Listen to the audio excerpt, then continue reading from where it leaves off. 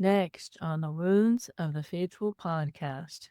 From a Christian standpoint, they may never forgive a perpetrator, but self-forgiveness for healing is absolutely essential. And it opens them up to receiving God's forgiveness. God has forgiven us.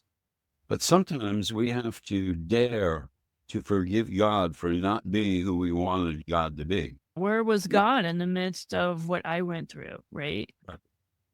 And I tell them, I said, when we do this, when we use this prayer technique, that's the very first question I want you to ask him. And I want you to sit expecting an answer. And it's amazing. God, in all the years I've been using this model, God has never not shown up and has never not answered. Oh, that's powerful. Welcome to the Wounds of the Faithful podcast, brought to you by DSW Ministries. Your host is singer, songwriter, speaker, and domestic violence advocate Diana Winkler. She is passionate about helping survivors in the church heal from domestic violence and abuse and trauma. This podcast is not a substitute for professional counseling or qualified medical help. Now, here is Diana.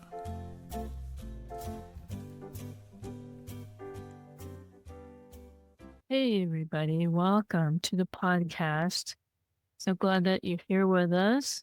It is a pretty volatile environment out there in the world, isn't it? I'm hoping that when you come to listen to the podcast that you get some encouragement and maybe an escape from what's going on out there, learn some new things, meet some people, and I won't go into any of the craziness out there, but please be kind to one another, whatever is going on out there. So I'm not getting specific here, but you all know what I'm talking about. Just a friendly reminder to love one another, love your neighbor, love your family members, do unto others as you would have them do unto you. Don't forget Jesus' words, even during these times. That's all I'm going to say about that. That was on my heart today. We have an extraordinary guest coming on the show today.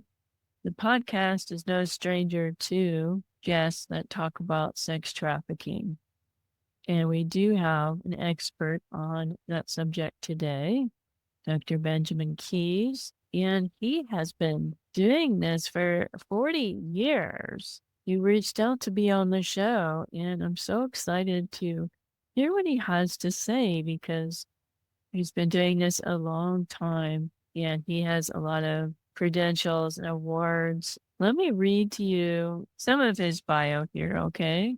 Dr. Benjamin Keys holds 7 board certifications and has worked in trauma for more than 40 years. His experience has encompassed hospital, residential treatment, outpatient, and field settings. Dr. Keys has worked with the entire dissociative spectrum, including borderline personality disorders, post-traumatic stress disorders, and a variety of dissociative disorders. Dr. Keys received the Hope Award Service Provider of the Year regarding the Heart Model's application to trafficked women in prostitution through Restoration Ministries. He has received multiple awards and certificates of appreciation for his work in trauma training worldwide. As the executive director of Green Cross Academy of Traumatology and Divine Mercy's Center for Trauma and Resiliency Studies in Sterling, Virginia, where he's also a professor. Dr. Keys has 3 other book publications, multiple journal articles, and over 1,000 presentations regarding trauma globally. He has other honors and distinctive organizations as well, which I will put in the show notes for you. He definitely knows what he is talking about here. Now, we mentioned the HEART model. That stands for Healing Emotional Effective Responses to Trauma. We're going to talk about his meticulous, professionally oriented book, The Heart Model. I think this is going to be a conversation that you will learn a lot. You will be encouraged, and he gives hope for those that have been sex trafficked and who have been abused and suffered. He has a different perspective on techniques on healing from those things. Enjoy my conversation with Dr. Benjamin Keys. Please welcome my guest today, Dr. Benjamin Keys. I'm so glad to have you with us today. Thanks for coming on the show. Actually, very glad to be here. So thank you. Yeah, I'm so honored to have someone with such credentials and experience on the show. I like to meet other advocates and join forces with those that do the same thing that I do. Now, nobody really grows up wanting to get into the ministry or line of work that we're in. I'd love to hear how you got involved in helping sex trafficked victims and abuse survivors. It started with reading 2 books back in the early 1990s by David Seamands, who was a missionary, and it was Healing for Damaged Emotions and Healing of the Memories. And I saw a pattern in how he worked. I started playing around with the pattern. Over the years, I started building material to talk about it within that pattern. I finished off about the mid-90s by spending a weekend with him in Florida at his home. And with his blessing, I started developing the model for real as a model that might work from a faith-based standpoint. I had a dissociative client that I failed to diagnose properly. I thought she was PTSD, but there were a lot of things that didn't fit. But after working with her for several months, I sent her to a colleague who called me back about 6 weeks later, and she said, "I hate you. I never want to speak to you again. And if you want anything to do with this case, you will call me tonight." So I gave her a double message. When I called her, she said, "Do you remember in school when we were taught that if we saw a DID, used to be multiple personality, if we saw a DID case, it would be once in our career. You just sent me ours, and if you want anything, if you want to know anything about this, you'll meet me 3 months from now for training in Alexandria, Virginia." I was in Florida at the time. I went to the conference, and I've been involved with it ever since. This would have been 1993. Wow. Like I said, I've been involved with this ever since. And I was working in private practice. But when I went into academia, I met a person in DC that was working with trafficked women, prostitutes on the street that were being arrested. And she asked me to do a workshop, a training. This was 2006. And I've been working with trafficked women in particular because of their diagnoses. Their diagnoses were dissociative disorder, PTSD, or borderline personality disorder. All the disorders that have to do with trauma.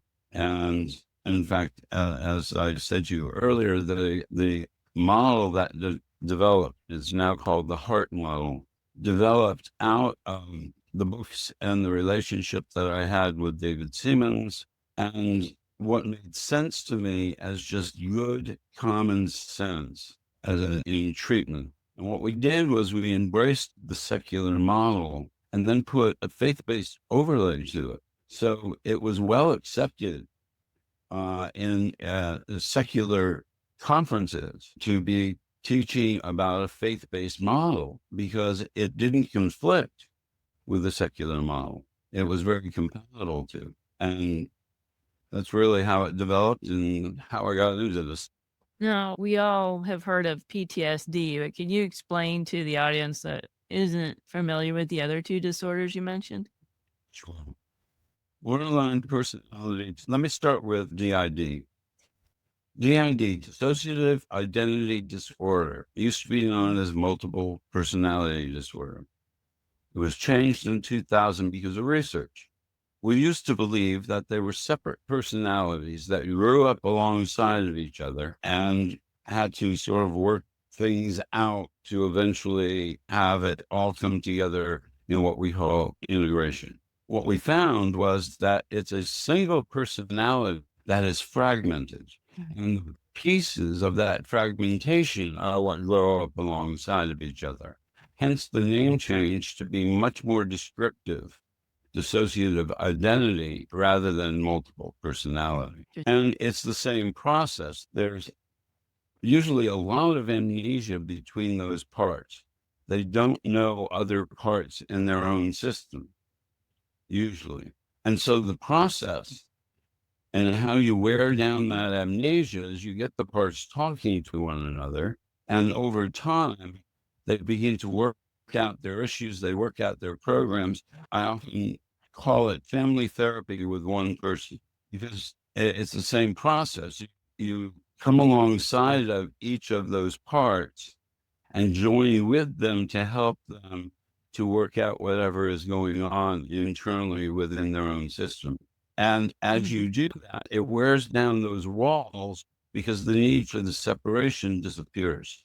Borderline personality disorder is very similar, but borderline comes from early childhood or adolescent traumas that are sexual in nature, often, or physical in nature, often with dysfunctional families, growing up with alcoholics that are often too drunk to remember what they do to their kids in the next day. Those are the conditions for borderline. And it's something that happens, the antecedent is very early in childhood, having to do with the attachment to the caregiver. They live very dysfunctional lives. And until recently, we really haven't had very many techniques. But the last 10 to 15 years, no, I'm sorry, 20 years, we have had just an amazing amount of techniques that borderlines can, and I hate to use that as a label because it's a coping mechanism. They did the things they did in order to survive the trauma that they experienced. So that's really the explanation of the two. But they're so similar because borderlines have separate parts as well. They just don't have the amnesia between the parts. If you've worked with borderlines, you know that they often have a part that is a teenager that might be spoiled, or a teenager that wants their own way, or a small child that sometimes goes into a fetal position when things are overwhelming. The difference is that the borderline knows that what goes on because they just can't get back to their adult self. Whereas DID has no idea because there's too much separation. Well, thanks for explaining that, because I had never really knew the difference between the two, and there definitely some nuance there. I am very intrigued about what sets your work with the heart model when it comes to healing from trauma and something like sex trafficking. What is unique about the heart model? I think what's unique about the heart model is that it not only focuses on self-forgiveness, in other words, working with the memory and getting to a place between the adult of now, or the older adolescent of now, and the younger part of ourselves.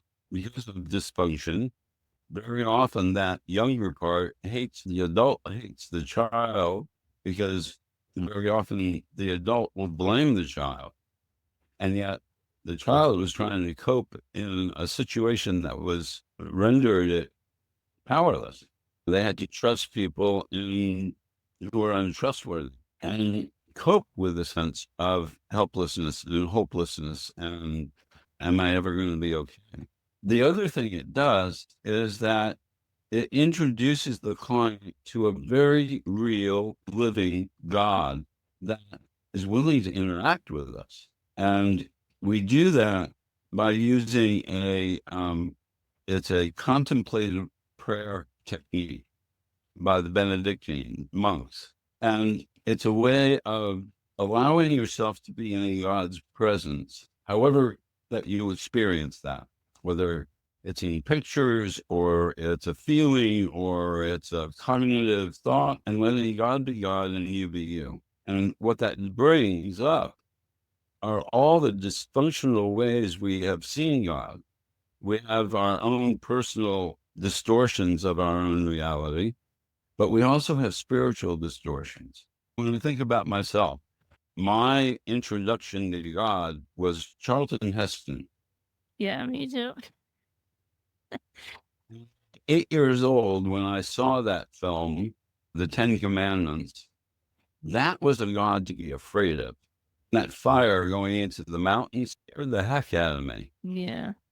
And so I saw God as a vengeful God. I saw God as a taskmaster until I was introduced to Jesus in the New Testament and found that there's a whole other side to God that I didn't know. Amen to that. I love So that. this technique to bypass theology, to bypass denominationalism, to bypass polity in order to create the relationship. Because it's in the relationship that we either follow or don't follow. Yeah, most people are dealing with all the rules that were imposed on them for quote unquote Christianity when it really is about the relationship with Jesus, as you say. But that's the major difference. The rest of the model embraces sort of the step-by-step secular model. The secular model basically has 3 phases. The introduction, where we deal with safety, we deal with confidentiality, we deal with all the stuff up front when you start therapy, as well as all the skills that you need to learn to be able to self-regulate your feelings and emotions so that you begin to identify when you're anxious, when you're depressed, and what to do to get yourself out of it. So that's the early stage. The middle stages are where all the therapy happens, or the majority of it, even some, if not all of the integration. And the third phase is basically terminating from therapy and going back out on your own, whole and complete. And that's the reality, is that people can heal from this. It does not need to take 10, 15 years. People can heal from this. Mm. And this is sort of it's a circular model, meaning that you can be at any stage at any point. It's a circular model, but it covers what needs to be covered when you're working with particularly sexual trauma healing. And it does that in 10 steps, not similar to AA. Oh, yeah. Thanks for pointing that out because we're all like, we had some listeners that definitely know what AA is or something similar. It's different. Like I said, the first part of the model is similar from the secular side to the overlay side. Has to do with the intro, all the things that I said in that first phase of treatment, but then getting into memory, feelings come up when we think about memory. Even good memories have sometimes very nostalgic feelings that go with it. So working with whatever it is that they remember. Sometimes if the abuse was very young, they don't remember things, but they feel things. And so you've got to work with those feelings and the sensations in the body in order to slowly get to resolve what's there. Memory, feelings, dealing with that inner self. It's confrontation between that younger self and the older self.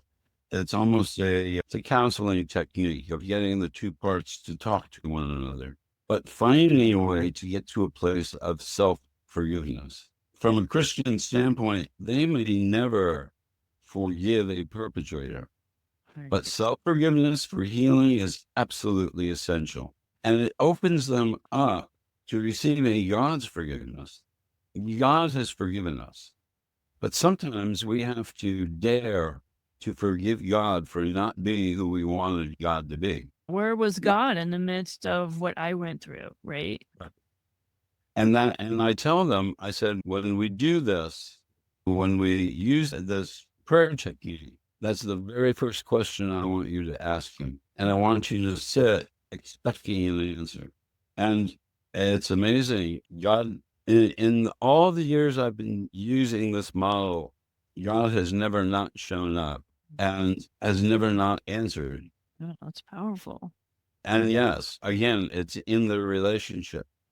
God is not a God of rescue, has never been a God of rescue. God, and he tells us in the Bible, is a God of presence. I will be with you until the ends of the earth. And it's his presence with us. So he was there watching the abuse. He was there knowing it was happening. And I think just breaking inside, and that's my own projection of it, because that's who God is. He's caring, he's loving, he's a nurturing father, but he's not going to get in the way of free will, including the negative. And that's just his own structure. We don't fully understand that, but that's his own structure of it. Difficult for a lot of people to grasp. But I find that when they truly grasp that God was present with them, very often that makes a huge difference. Definitely has for me. And me. Right. Now, you are a director for Green Cross. Can you tell us more about that? What does the Green Cross do? Green Cross is an organization that stands in the gap during disaster. For instance, right now we're tentatively on standby for the Hurricane Helene that just hit Florida. And we've been Hurricane Sandy, Hurricane Katrina. We've been to the Oso mudslide in Washington State. We've been to the California wildfires. We go in where everybody's evacuated. We go in and serve as that mental health piece. Our survivors, our volunteers go in and talk to people about their experience. We know that by getting people to talk about their experience, it lowers the likelihood that they will develop PTSD. We get them to do that. We also work with first responders to get them to take care of themselves so that they don't develop what's called compassion fatigue, which is vicarious trauma. You hear the stories, you see the destruction, you're affected by that. So you've got to do some things to lower your own stress. So we teach those skills and we teach the ability to do that. How do we do that? One simple technique, when we did this in Oso, Washington, we papered all of the porta potties with the techniques. So if you're sitting on the toilet, you're going to read whatever's up on the wall. And that was the point. In fact, even FEMA congratulated us on hitting everyone. But because I work with trauma, PTSD is in that same trauma pile, if you will. You experience flashbacks. Soldiers in the field do this. Survivors of domestic violence do this. Survivors of sexual trauma do this. It's the way the body and the mind are coping with what happened to you. And the idea, of course, with treatment is to get that to slow down and eventually dissipate it, and to be able to reintegrate your emotions and feelings back into a normal life. Red Cross comes in and bandages people up, and then you come in behind them and help them deal with the mental health part of it. I didn't know that any organizations existed that did that. I always thought it was very, okay, you need medical care, obviously, and then we send you off and take care of the next one in line and clean up the destruction around. But that is so needed. And we're watching on the TV, of course, the flooding, and I've got friends in those areas and family in those areas, and I didn't hear anything about taking care of their mental health part. Yep. My parents' home, unfortunately, was totally flooded. Oh, no. That's terrible. In Clearwater Beach. The storm surge was such that it just took over. The entire beach was affected. Yeah, I've got friends that they have investment property on Sanibel Island, and They had just cleaned up the mess and restored the last hurricane that came through, and then this happened again. So they're then it's underwater again. Kind of help over there. It's very tragic. The beach area, Clearwater Beach, is still, I understand, inaccessible. The bridges, they're not allowing anybody to cross the bridges. And they'll evacuate you out, but they won't let you back in. No. It's still touch and go. Yes, touch and go. It's just a broader area of trauma that I work in. I'm the director of the Center for Trauma and Resiliency Studies. I do research. I will be doing more research in the trafficking area in the next couple of years because I would like to be able to replicate the study that we did. We did a 7-year study with trafficking survivors that are in programs throughout the United States. We worked with 8 different programs. We went in and taught the folks the heart model and how to do the research. And we found that the model works quite well. It lowers dissociation, all the 5 major symptoms of PTSD, depression, anxiety, but it also increased personal self-esteem, how somebody saw themselves, and a significant rise in God image, and not bad for a study. And we'd like to replicate it on an international basis. We've already enlisted 2 programs to work with that are willing to work with us. And if we can replicate it, our hope is that by replicating it, it will show its effectiveness enough so that it will become a best practice. There is currently not a Christian best practice for working with trauma, and there needs to be. You've done this for 40 plus years. I'm sure you have a lot of stories of people that you have seen actually heal from sex trafficking and abuse. Do you have a story in mind of an individual? Obviously, you don't say their name, but somebody that their life was really changed by the model that you practice. Actually, several stories come to mind, but the one that stands out is actually public, so I can talk about it. Okay, great. Her name was Sandy, and when I met her, she made a living doing hypnotherapy for smoking cessation and things like that. And she had been diagnosed dissociative identity. And so we set out to find out just how many different splits. 250. It just fractured over and over again. I called friends that were experts and said, here's what I got. How do I work with this? And the answer was interesting. They said, you work with different parts in groups. Any of the other parts that want to join in can. It was an interesting way of working, but it worked.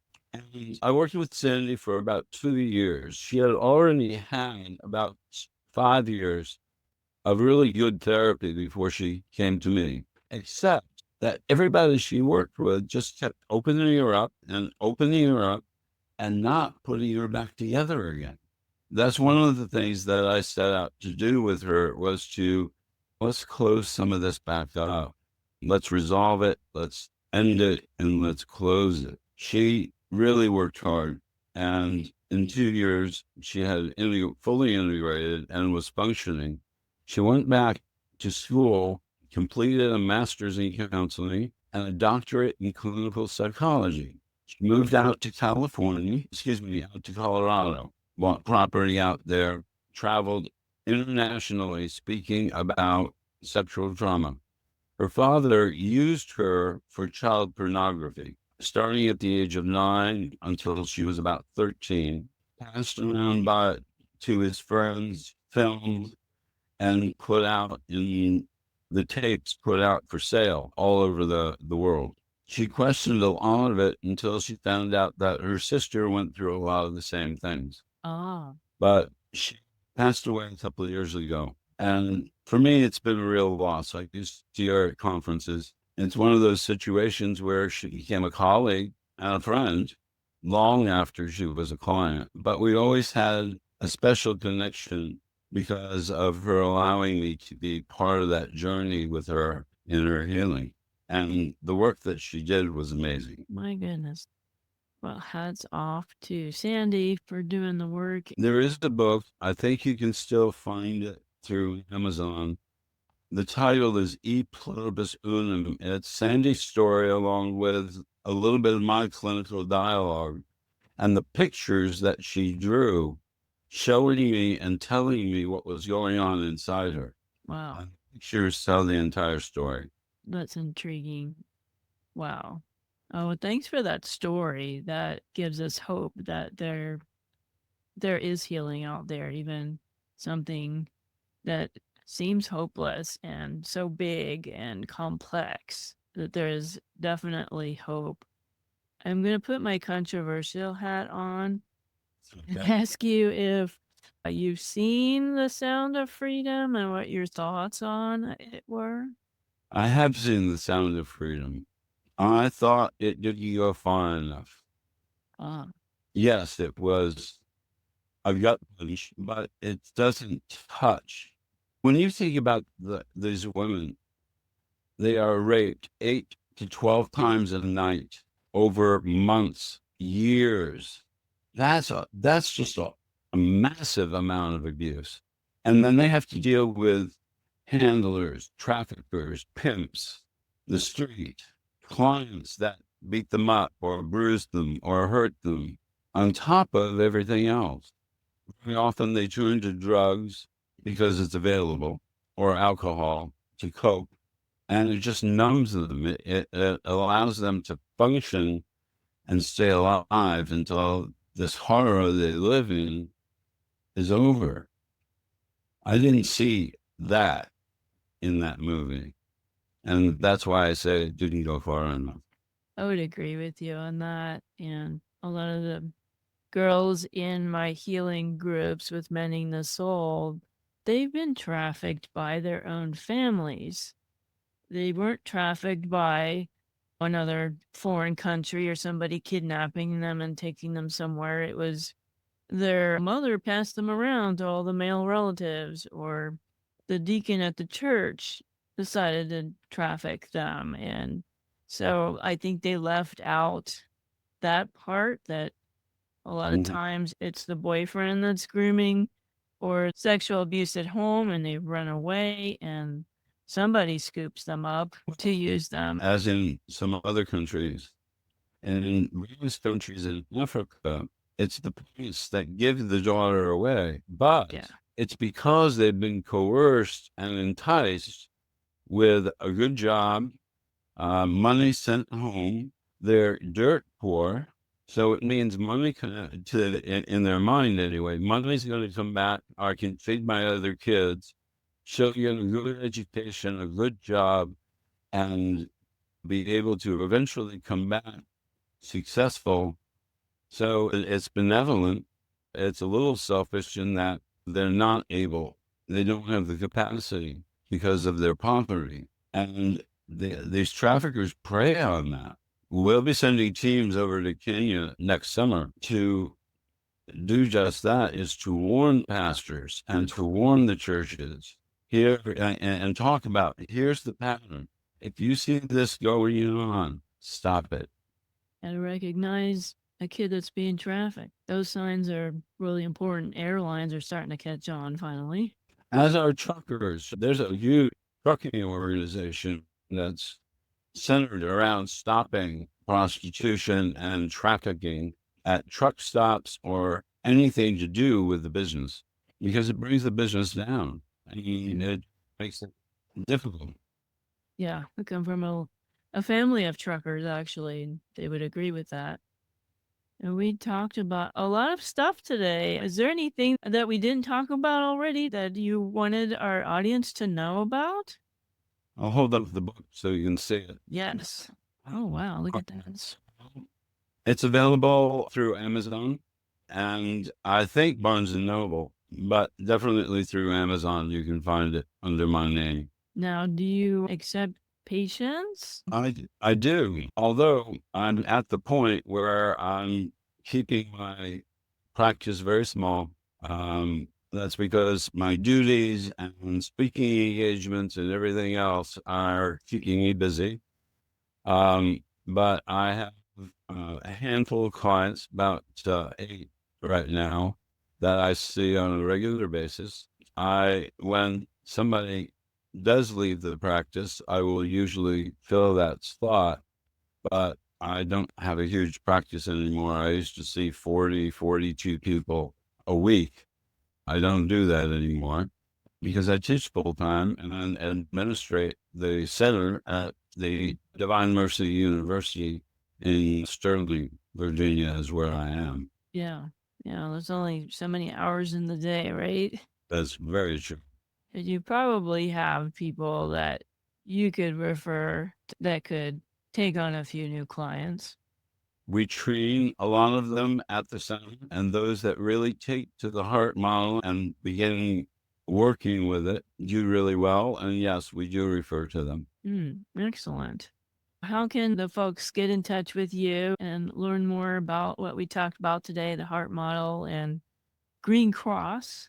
You have a Well, website? Yeah, basically, it's www.greencross.org. My email address is vkeys, KEYES, at divinemercy.edu. Not a website. It will be eventually, but it's not currently. The book came out last October, but I have not been able to do anything with it because I unfortunately had a round of cancer over the last year. Oh, goodness. I'm now on the other side I'm cancer free at the moment and really just returned to work about 4 weeks ago. So, Congratulations on coming out on the other side. We're just cranking up the marketing effort on the book and things are picking up quickly. Oh, good. I'm glad that you're back out sharing your expertise and your knowledge and experience. I thoroughly enjoyed our conversation today and learned some new things. And I'm glad to touch base with people that are out there making a difference. Thanks so much for being on the show today, Dr. Keys. Thank you so much. And I would love to come back sometime. So if you get something controversial down the road and want to ask questions, I'm more than happy to talk to you about it. Absolutely. You're welcome anytime on the show. God bless you. Thank you for listening to the Wounds of the Faithful podcast. If this episode has been helpful to you, please hit the subscribe button and tell a friend. You can connect with us at dswministries.org, where you'll find our blog along with our Facebook, Twitter, and our YouTube channel links. Hope to see you next week.